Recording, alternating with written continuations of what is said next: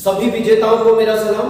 Navnirman academy में आपका स्वागत है। मेरा नाम है दिनेश गौतम। आज गणित के 5 सवाल में आपके लिए ऐसे लेकर आया हूं जो सवाल हर परीक्षा में पूछे जाते हैं। इन 5 के 5 सवालों में से आने वाला इस पैटर्न का प्रश्न हर परीक्षा में होगा। मैं इस बात का आपको यकीन दिलवाना चाहता हूं, बिल्कुल ऐसे ही सवाल पेपर में पूछे जाते हैं। जरा आप सारे के सारे सवाल देखिएगा और वीडियो को अंत तक जरूर देखना मित्रों। तो मैं करता हूं आपका स्वागत और हम करते हैं वीडियो की शुरुआत। विजेताओं देख लीजिए, मैं अपनी बात रिपीट कर देता हूं। आपको विजेता इसलिए कहता हूं कि अगर आप रोज काम करेंगे, निरंतर काम करेंगे, निश्चित नंबर ऑफ क्वेश्चंस डेली करेंगे, जीके पढ़ेंगे, रीजनिंग पढ़ेंगे, तो आप जिस भी परीक्षा की तैयारी कर रहे होंगे, चाहे तो वो एसआई हो, चाहे कांस्टेबल हो या कोई और बड़ी या छोटी परीक्षा हो, आपको नौकरी अवश्य मिलेगी। हो सकता है एक आध परीक्षा में रह जाए, लेकिन नौकरी आपके पास चलकर आएगी, ऐसा मेरा यकीन है। इसे मैं सिद्ध कर सकता हूं। चलिए आइए हम देखते हैं सवाल कितनी आसानी से होंगे और कैसे सवाल पेपर में आते। देखिए सबसे पहला क्वेश्चन जो बोर्ड पर है, आप जरा इसे पढ़कर देखिए। मैं हट गया हूं आगे से। ये प्रश्न कहता है कि एक दुकानदार एक वस्तु का अंकित मूल्य पर 20% का छूट देता है और फिर भी 20% लाभ कमा लेता है। यहां से कुछ ना दिखाई दे रहा तो दोनों 20% लाभ कमा लेता है 20% छूट देने के बाद भी। यदि वह कोई भी छूट ना दे तो उसका लाभ कितने प्रतिशत होगा, ये सवाल निकालना है। जरा मोटे तौर पर इस सवाल को देखिए कि अगर वो बिल्कुल भी लाभ, बिल्कुल भी किसी भी प्रकार का डिस्काउंट ना दे तो कितने प्रतिशत लाभ होगा इसी वस्तु पर। जरा देख लीजिए, मान लेते हैं कि एक वस्तु का जो सीपी है, मान लेते हैं जो वस्तु है उसका जो क्रय मूल्य है वो 100 रुपए है। तो हम मान लेते हैं एक आदमी ने इस वस्तु को 100 रुपए में खरीदा होगा और इस वस्तु का जो विक्रय मूल्य है, याद रखना है विक्रय मूल्य कैसे निकालेंगे, बिक्री मूल्य कैसे निकालेंगे। उसने 100 रुपए में वस्तु खरीदी और 20% का लाभ ले लिया, तो उसने वस्तु को 120 रुपए में बेच दिया। इतनी कैलकुलेशन तो मैं मन ही मन कर सकता हूं। वस्तु को 100 रुपए में खरीदा, 20% का लाभ ले लिया, तो 20% का लाभ लेकर उसने वस्तु को 120 रुपए में बेच दिया। तो अब ये कहना चाहता है कि 120 रुपए में यदि वस्तु को उसने बेच दिया, तो ये कह रहा है यदि ये बिल्कुल भी कोई किसी भी प्रकार का डिस्काउंट ना दे, तो सबसे पहले इसका निकालना पड़ेगा कि इसने इस वस्तु पर मूल्य कितना अंकित किया था। तो देखिएगा, तो हम बात करते हैं अंकित मूल्य क्या था। फिर इसका हम बात करते हैं इस वस्तु का अंकित मूल्य क्या था। याद रखना है अंकित मूल्य पर ही बट्टा दिया जाता है। अंकित मूल्य जो वस्तु पर अंकित लिखा जाता है कि इतने की वस्तु बिक रही है, उसी पर बट्टा दिया जाता है। तो मान अंकित मूल्य पर बट्टा दिया जाता है। अंकित मूल्य पर ही उसने अंकित मूल्य पर ही उसने बट्टा दिया। तो उसने जो बट्टा दिया वो 20% का बट्टा दिया था। जरा देख लीजिए, 20% का, यदि 100 में से 20% का बट्टा दे देगा तो वस्तु 80% में बिका होगा। देख लीजिए गौर से, वस्तु 80% में बिका होगा। उसने अंकित मूल्य पर 80 पर 20% का बट्टा दे दिया, 20% कम कर दिया, तो वस्तु 80% में बिका होगा। और जब 80% में बिका होगा तभी तो 120 में बिका होगा। भाई सवाल को ध्यान से पढ़िए। उसने 20% का बट्टा दिया, 20% कम कर दिया, तब 120 रुपए में बिका वस्तु। तो अगर हम इस सवाल को अब आगे हल करने का प्रयास करें, ये 0 यहां से कट जाएगी और 8 से ये 15 बार कट जाएगा। देखिए ये कट जाएगा 15 बार, 8 से 15 बार कट गया ना, और 10 इधर चला जाएगा। तो अंकित मूल्य जो होगा, इस वस्तु का जो अंकित मूल्य होगा वो होगा 15 गुणा 10 बराबर 150। ये देख लीजिए, इसका मतलब इसने अपनी वस्तु पर अंकित मूल्य जो अंकित किया होगा वो 150 रुपए अंकित किया होगा और 150 रुपए पर उसने 20% का बट्टा दिया होगा, तब वस्तु 120 रुपए की बिकी होगी। अगर ये चीज समझ में ना आ रही हो तो इसको बार बार देखें और लिख के करें। मेरा पक्का यकीन है कि आपको ये सवाल समझ में आएगा और इस तरह के बनने वाले सवाल आपसे कभी गलत होंगे ही नहीं। गौर से समझ लीजिए। तो इसका अंकित मूल्य आ गया। तो बच्चों में आपको एक सवाल और बता देता हूं, यहां पर इस बात को और नोट कर लेना, ऐसे सवालों में आपसे पूछा जाता है वस्तु का अंकित मूल्य क्या था, ऐसा भी पूछा जा सकता है। उसने तो यहाँ पे प्रॉफिट पूछा है, उसका प्रॉफिट क्या होगा, तो यहाँ पे ये इसी फॉर्मूले को, इसी विधि को अंकित मूल्य ज्ञात करने के लिए भी प्रयोग में लाया जाएगा कि आपको वस्तु का अंकित मूल्य कैसे ज्ञात करना है। वस्तु का अंकित मूल्य हो गया, देखो 150 रुपए, उसने 100 रुपए में खरीद कर लाया वस्तु को, वो आदमी 100 रुपए में खरीद कर लाया वस्तु को और उस पर 150 रुपए अंकित कर दिया मूल्य। देखिए, तो आप बताइए उसने कितना ज्यादा अंकित कर दिया, तो उसने इस पर 50 रुपए ज्यादा अंकित किए। देखो जरा, 50 रुपए ज्यादा अंकित किए, 100 में खरीद कर लाया, 150 में उस वस्तु को अंकित मूल्य पर ही बेच दिया, क्योंकि इसमें कहा गया है यदि वह कोई भी बट्टा न दे उस वस्तु पर, तो वस्तु पर लाभ कितने प्रतिशत होगा। तो मुझको एक बात दिखाई दे रही है कि अगर 100 रुपए में खरीद कर लाया, वस्तु पर 150 रुपए मूल्य अंकित कर दिया, तो और 150 में ही वस्तु को बेच दिया, तो यदि 150 में ही वस्तु को बेच दिया, तो बच्चों ये बताइए उसे फायदा कितना हुआ, 50 रुपए का। भाई 100 रुपए खरीद के लाया, 150 में बेच दिया, फायदा तो 50 रुपए का हुआ ना। तो 50 रुपए का जो फायदा हुआ, 50 ये 100 का कितने परसेंट है, तो 50%, ये मेरा उत्तर है। ये ना देखिए, अब बचत कैसा लगा सवाल, आप जैसे जैसे वीडियो देखते जाएं, इस वीडियो के नीचे लिखते जाएं कि आपको ये कैसा सवाल लग रहा है। देखिए, अगर कोई आपके साथ मेहनत कर रहा हो, आपके लिए मेहनत कर रहा हो, तो उसका हौसला बढ़ाना आपकी परम जिम्मेदारी होती है। यदि आपको ऐसा लग रहा है कि मैं आपके लिए काम कर पा रहा हूं, तो मेरा अनुरोध है आपसे कि इस वीडियो के बाद में नीचे लाइक कर दीजिए और थंब लिख कर भेजिए कि सर बहुत अच्छा लगा। इस बात में थोड़ा एक्टिव हो जाइए। जरा सवाल की तरफ देख लीजिए, इस सवाल को किस तरीके से और किया जा सकता है। क्या हम इस सवाल में समय बचा सकते हैं? हम इस सवाल में समय बचा सकते हैं, परंतु इसके लिए आपको जाना पड़ेगा किताब में, 3, 4, 5 सवाल करने पड़ेंगे ताकि कैलकुलेशन आपके हाथ लग जाए। अब हम करेंगे इस सवाल को झड़पैड़, गांव की भाषा में कहा जाता है झड़पैड़ तड़पैड़। जरा देखो, यहीं से इसकी कैलकुलेशन हम लोग निकाल लेंगे। जरा देखिए सवाल को, इसको मैं यूं ही लिखे रहने देता हूं। देखो बच्चों, उसने 100 रुपए में खरीदा होगा वस्तु को, 20% का लाभ हुआ, 120 रुपए में बेच दिया होगा वस्तु को। ठीक है, ये चीज क्या कहती है? यदि आपको वस्तु का अंकित मूल्य ज्ञात करना है, और याद रखना छूट देने के बाद भी लाभ हो रहा हो, छूट देने के बाद भी लाभ हो रहा हो, तो 120 रुपए में तो वस्तु बिकी, गुणा 100/80। ये इस तरीके से सवाल होगा, ये मैंने यहीं से निकाला है। ये पैटर्न हमें सीखना पड़ेगा। मैं निर्माण की भाषा में पैटर्न कहता हूं इन चीजों को, कि जब सवाल ऐसा हो तो सवाल बनेगा कैसे। जरा इसे हल करके देख लो। अगर आप इस सवाल को हल करके देखोगे, अगर आप इस सवाल को हल करके देखोगे तो ये कटेगा इससे 15 बार, 8 से 15 बार, और ये हो गया 150। ये आ गया अंकित मूल्य। तो मैं आपसे ये कहना चाहता हूं कि यदि आपको प्रैक्टिस है सवालों की अच्छी, अगर अभ्यास आपने अच्छा किया है, तो आप सवाल को इतनी देर में कर पाएंगे। जरा देखें, इस सवाल को हम कितनी देर में कर पाएंगे, जरा देख लीजिए। देख लीजिए जरा, पहले आपको समझना चाहिए कि क्या वाकई में सवाल कितनी देर में हो सकता है। 20% का लाभ हुआ, 120 में बिकी होगी वस्तु, अंकित मूल्य क्या रहा होगा, बट्टा कितने का दिया था, 100/100 माइनस बट्टा कर दीजिए, 100 माइनस बट्टा, 100 माइनस बट्टा, अंकित मूल्य। केवल इतनी देर में ये सवाल होगा, 120 मुंह जवानी हो जाएगा, 100/80, बट्टा मैंने घटा दिया। देख लीजिए 150 आएगा, खत्म कहानी होगी।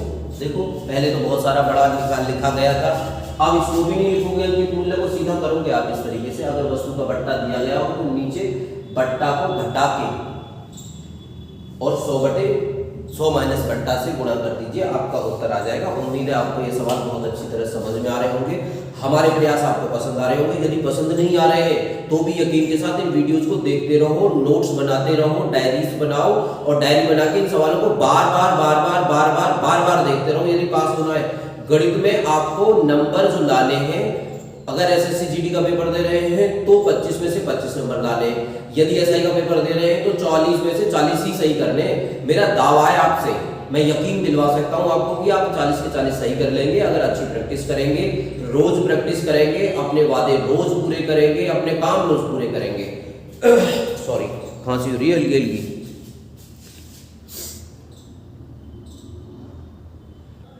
देखिए बोर्ड पर आ गया है अगला क्वेश्चन।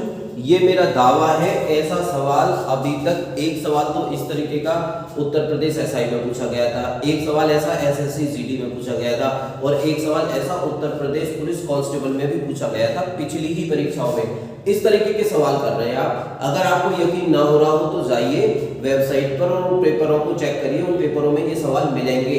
एसआई के पेपर में, कांस्टेबल के पेपर में, उत्तर प्रदेश पुलिस कांस्टेबल के पेपर में और एसएससी जीडी के पेपर में भी एक ऐसा सवाल आया था। बहुत ही सामान्य सा सवाल है परंतु होता नहीं है। जरा सवाल की तरफ देखिए। एक बर्तन में यहाँ पे थोड़ा सा मिट गया है, मैं लिख देता हूँ। एक बर्तन में दूध और पानी का अनुपात 12:11 है। यदि इसमें 28 लीटर पानी और मिला दें, यदि इसमें 28 लीटर पानी और मिला दें तो दूध और पानी का अनुपात 2:3 हो जाता है। तो नए मिश्रण में पानी कितना है ये ज्ञात करना है। या पहले समझिएगा आप, देखिए इसमें दिया गया है दूध और पानी, दूध और पानी, इसमें दिया गया है दूध और पानी।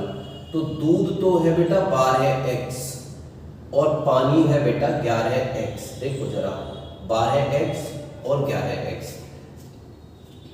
इसमें केवल एक ही चीज को जोड़ा गया है तो वही चीज परिवर्तित होगी। कौन सी चीज को जोड़ा गया है? पानी को जोड़ा गया है। कितना पानी जोड़ा गया है? 28 लीटर पानी और जोड़ा गया है तो नया अनुपात हो गया है। ये जो लिखा हुआ है 2:3 लिखा हुआ है, याद रखना। तो नया अनुपात 2/3 हो गया है। अब देखिए क्या गौर से इस सवाल को हल करना है। अब इतनी मात्रा हो गई है कि यदि पहले दूध 2 था तो अब पानी 3 है। 28 होने के बाद इतना परिवर्तन हो गया है, जो कि अनुपात पहले 12:11 था। तो इस सवाल को हमें हल करना है, हल करके इसका उत्तर निकालना है। इसमें कैंची की गुणा कर दीजिए। देखिए 12 दिया 36, 12 दिया 36x बराबर इसकी इसमें करिए 11 दूनी 22x प्लस 2 और 28 दूनी 56 हो गया। देखो कितनी आसान कैलकुलेशन है। ये 22 इधर आ जाएगा, 36x माइनस 22x बराबर 56। जरा देख लीजिए 36 और 22 का कितना हो गया है? 14x बराबर 56 और 14 से इसे काट दीजिए, 14 चौका 56। तो हमको मिला x बराबर 4। देख लीजिए x की वैल्यू आ गई 4। जो x हमने लिया है ना 11x, 12x और 11x, उसकी वैल्यू आ गई है 4। x की वैल्यू 4 आ गई है। तो x की वैल्यू यहां पर रखते ही 11x में तो आ जाएगा दूध कितना है और 12x में रख दी तो दूध आ जाएगा। परंतु हमसे पूछा गया अब पानी कितना है, याद रखना है। अब पानी है 11x, तो पानी पहले ही था, 28 लीटर पानी और मिला दिया गया है। तो देख लीजिए 11 गुणा 4 प्लस 28, तो 11 चौका 44, 44 प्लस 28 कितना हो गया? 8 चौक 12, 2 72 लीटर पानी है। तो डी इसका उत्तर होगा। जरा देख लीजिए, ठीक से इस सवाल को उतार लीजिए। ऐसे सवाल आते रहते हैं, कहीं पे दूध और पानी का, कहीं पे स्पिरिट और पानी का, कहीं पे तेल और किसी अन्य तरीके का घोल दिया जाता है, मिश्रण वाले सवाल होते हैं। इतना ही सिंपल होता है। जैसा मैंने बताया ये सवाल उत्तर प्रदेश पुलिस एसआई में आया था पिछली बार में, इसलिए इम्पोर्टेंट सवाल है। सभी परीक्षाओं में आते हैं ऐसे सवाल। आपको ऐसे सवालों को ठीक से करना है। मैंने पहले ही बताया है आपको कि आप ठीक से नोट बना लीजिए, नोट्स बनाकर ठीक से इन सवालों को बार बार करिए, आप जरूर पास होंगे, ऐसा मेरा पूरा यकीन है। देखिए कितना प्यारा, कितना बेहतरीन सवाल है। ऐसे सवाल अक्सर पेपरों में मिलते हैं। सामान्य सा सवाल है बिल्कुल, परंतु ये क्वेश्चन भी एसएससी जीडी में आया हुआ है और उत्तर प्रदेश पुलिस कांस्टेबल में आया हुआ है। ये मैं वैसे ही नहीं कह रहा हूं, आप इस बात को समझिएगा, यकीन करिएगा। ये सवाल आसान नहीं है, ये सवाल सामान्य नहीं है, करेंगे तो पता चलेगा। जरा देखिए सवाल को, जरा देखिए 30 का 80% में क्या अंतर है? तो हम कर लेते हैं 30 गुणा 80/100, हमने निकाल लिया 30 का 80%। यहाँ पे माइनस का चिन्ह लगा देते हैं, 25 गुणा 4/5। जरा देख लीजिए, बस यही सवाल हमको करना है, 1 2 1 2। और हमको मालूम चल सा रहा है 3 8 24 और माइनस 5 5 25 5 चौक 20, तो बराबर उत्तर हो गया 4। देख लीजिए 24 में से 20 गया तो उत्तर आ रहा है 4 और हमारा उत्तर होगा B4 बॉय। बताओ कैसा लगा, कितनी आसानी से सवाल खत्म हुए जा रहा है। ठीक है, बेहतरीन, आगे बढ़े, चलिए आगे बढ़ते हैं। बहादुर बच्चे आप मेरे, अगला सवाल का प्लानिंग करते हैं लेकर आने की। अब जरा देखिए आपको कितना बेहतरीन सवाल है। ABC ने 427 रुपए आपस में इस प्रकार बांटे कि A का 3 गुना, B का 4 गुना और C का 7 गुना आपस में समान है। A का 3 गुना, B का 4 गुना और C का 7 गुना आपस में बराबर है। तो पूछा गया C का हिस्सा क्या होगा। जरा इस सवाल को देखते हैं। ऐसे सवाल अक्सर पेपरों में, हर सवाल मुझे हर सवाल पे कहना पड़ता है कि ऐसे सवाल अक्सर पेपरों में आते हैं। आप डिसिप्लिन बनाइए, सवालों को करिए, आप डेफिनेटली पास होंगे, यकीन बनाइए अपने अंदर। जरा देखिए सवाल देखिए, ये कह रहा है A का 3 गुना। देखें जरा, A का 3 गुना तो 3A हो गया, A का 3 गुना बराबर 4B बराबर 7C। ऐसा कहा गया है कि यदि A का 3 गुना कर दें, B का 4 गुना कर दें और C का 7 गुना कर दें तो ये आपस में बराबर होंगे, ये वैल्यूज आपस में बराबर होंगी। तो ऐसे सवालों में सबसे पहले हमको एक काम करना होगा, तो हमको इसका अनुपात निकालना होगा। और याद रखना है, अनुपात निकालने के लिए ये जो संख्याएं हैं, इन संख्याओं को एलसीएम निकालते हैं ऐसे सवालों में। याद रखना ये एक प्रॉपर्टी है अनुपात समानुपात की, कि जब वैल्यूज इस तरीके से बराबर बराबर रखी हो तो उसका जल्दी से यदि अनुपात समानुपात निकालना है, अनुपात निकालना है, तो इनका एलसीएम ले लीजिए। इनका एलसीएम कितना होगा, इनका 7 चौक 28 तो होगा 3 गुणा 28 होगा इनका एलसीएम। जरा इससे भाग दे दीजिए, 3 का भाग जब इसमें देंगे तो उत्तर 28 आएगा, तो यहाँ तो आ गया जी 28। 4 का भाग जब इसमें देंगे, 4 सत्ते 28, 7 आ गया तो 7 दिया 21, यहाँ आ गया 21। 7 का भाग इसमें दे दीजिए, 7 दिया 21। देखिए जरा, 7 चौक 28, यहाँ पे 4 दिया 12, ये आ गया 12। तो A अनुपात B अनुपात C आ गया है 28 अनुपात 21 अनुपात 12। देख लीजिए A अनुपात B अनुपात C बराबर हुआ 28 अनुपात 21 अनुपात 12। ये देखिए 28 21 12, तो ये इसको 28 मिला, इसको 21 मिला और इसको 12 मिला। अर्थात जो C है, C को सबसे कम पैसा मिल रहा है, 427 रुपए को बांटना है। देखिए 427 रुपए को बांटना है, 427 रुपए को बांटना है, तो इसमें जो भाग लगाना होगा, ये भाग लगाना होगा अनुपातों का, 28 प्लस 21 प्लस 12। देख लीजिए सही है, 28 प्लस 21 प्लस 12, इसका जोड़ निकाल कर देखिए, 28 और 21 होगा 49, 49 और 12 होगा 61। जरा देखो 61, 427/61, इसे काट दो 61 से, तो ये 6 सत्ते 42 बराबर 7 आएगा। जरा देख लीजिए 7 यूनिट आ गया है जी, 7 यूनिट आ गया है। जो ये 7 आ गया है, इस 7 की गुणा 12 में कर दीजिए, क्योंकि C के बारे में पूछा गया है। गुणा 12, तो जब 12 गुणा 7, 12 सत्ते 84 रुपए मिले C को। देख लीजिए 84 कौन सा है, 84 ये रहा, C को मिले 84। यदि आपको निकालना होता A का, तो A में गुणा 7 कर देते आप, 7 8 56, 5 और 7 दूनी 14, 14 और 5 19, 196 मिले होते। अगर आपको इसका निकालना होता तो इसमें भी 7 की गुणा कर देते, जो ये 7 आया। देख लीजिए अब सवाल कितना बेहतरीन है। ये देखिए सवाल यहाँ से निकला है सवाल। मैं आपको इसमें एक और स्पेशल और स्पेसिफिक चीज बता देता हूँ। जो इसमें यूनिट दिया हुआ है, जो ऊपर वैल्यू दिया हुआ है ना, इस वैल्यू पर गौर करिए। जरा इस वैल्यू पर गौर करिए। मैं ये मानकर ये सवाल मिटा दे रहा हूँ कि आपको सवाल समझ में आ गया होगा। बहुत ही आसान सवाल है, एलसीएम के माध्यम से इनको निकाला जाता है, इसे हम मिटा देते हैं। तो एक सवाल में और बताया था मैंने कि सवाल कहाँ से पूछा जा सकता है। बहुत बार मैंने स्वयं ऐसे सवाल देखे हैं, बहुत बार मैंने ऐसे सवाल देखे हैं कि यदि, समझिएगा क्वेश्चन समझिएगा, कि यदि 3a बराबर 4b बराबर 7c तो a अनुपात b अनुपात c क्या होगा। कांस्टेबल ग्रेड का बेहतरीन सवाल बनता है, लाजवाब सवाल बनता है, स्पीड वाला सवाल बनता है। सुनिए दोबारा से, इस तरह की वैल्यूज दे दी जाती हैं जैसे ये वैल्यू दे रखी है। सवाल में डायरेक्ट यदि ये इतना है तो a अनुपात b अनुपात c ज्ञात करिए। तो मैंने a b c ज्ञात करना तो बताया आपको, आप इसका ले लीजिए एलसीएम। एलसीएम होगा 3 गुणा 4 गुणा 7। देख लीजिए एलसीएम लेना हम बता चुके थे, 3 का भाग देंगे तो आएगा 28। देख लीजिए गौर से। और अगर इसमें 4 का भाग देंगे तो आएगा 21, और इसमें अगर 7 का भाग देंगे तो आएगा 12। देख लीजिए ये c की वैल्यू, ये c की वैल्यू, ये b की वैल्यू और ये a की वैल्यू। तो 28 अनुपात 12, 28 अनुपात 21 अनुपात 12 मैंने बता दिया। इसमें 2 सवाल बता दिए कि ये भी सवाल पूछ लिया जाता है। तो बताओ कैसा लग रहा है आपको सवाल। यदि अच्छे लग रहे हैं तो हमारी वीडियो को लाइक कर दो, फौरन सब्सक्राइब कर दीजिए, शेयर कर दीजिए हमारी वीडियो को, तो अन्य लोगों तक इसकी सूचना भी पहुंचे कि हम ऐसा काम कर पा रहे हैं।